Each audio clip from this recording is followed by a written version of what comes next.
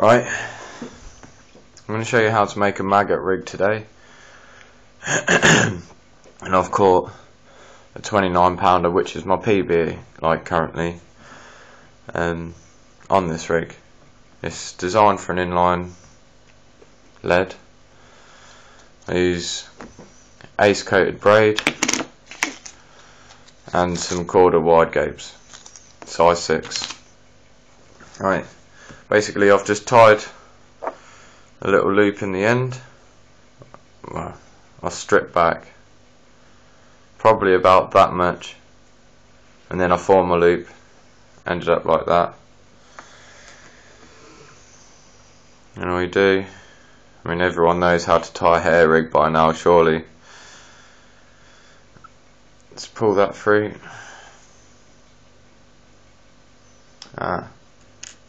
I have a little bit, I think that's like 3 or 4 mil rig tubing.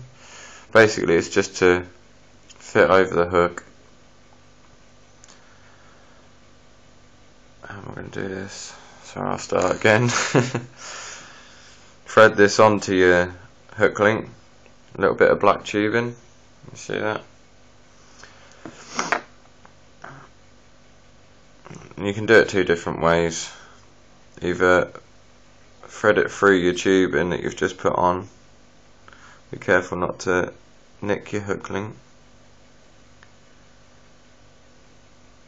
like that, and just pull it down, thread it through the back of your eye, like so.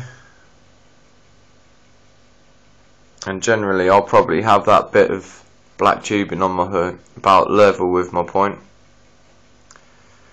and all that is just because I'm using maggots, they're going to be feeding about anyway.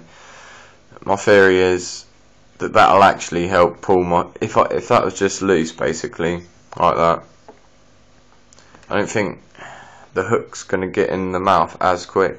Yeah, you've got that movement, but that will actually move. The amount of fish I've caught using this little bit of tubing, and once I've caught a fish, it's actually moved down to there. It honestly does help. I don't know exactly why, but it does help. Right, and then I'll have that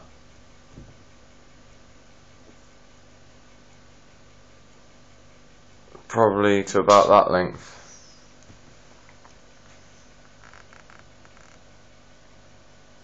Yep, exactly that length, so it's a real tiny hair, and I'll show you why later. And then obviously wrap round the opposite side of the weld on your hook.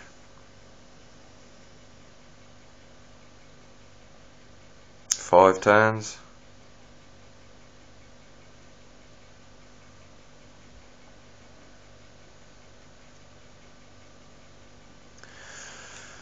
Like so. So there you have your hair rig. And that is literally coated braid the whole way, because the lake that I'm fishing, you can't have any exposed braid in the carp's mouth. So this is what I've been catching on basically, real small hair. And then obviously tie another overhand loop, or you can fit a quick change clip, probably about that length. Just because I'm using an inline lead, I like it nice and short. Just tease that down.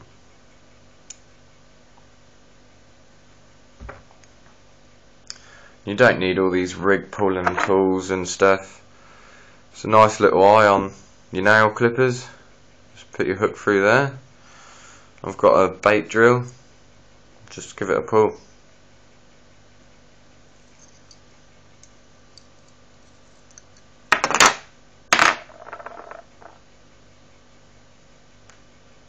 That's it, and then trim that down. I always tend to give them a braided a little bit of blob like you would fluorocarbon, just for a little bit of extra confidence in your rig. You know that ain't gonna slip.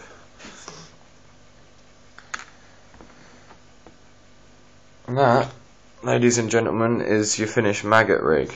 You then go up to a tackle shop, get yourself some of that super bait floss. All you do is strip about a little bit off. What's that one? Maybe 4 inches. Get a fine baiting needle. What you do is thread loads of maggots onto this. So you just thread all your maggots on, tail end. It don't really matter, you can do it halfway through them. As long as you do it quick, it won't really make them bleed that much. Then what you do, once your maggots are on your baiting needle, and pull your bait floss like that. Put all your maggots down onto that. You then tie all your maggots just literally into a knot. Thread it onto your eye, and just granny knots basically. Just tie your maggots to that tiny little loop, and that will guarantee to catch you carp. I promise you. Right, I hope that helps some people out there. I know my camera's not very good, but hoping to upgrade soon. Right, take care.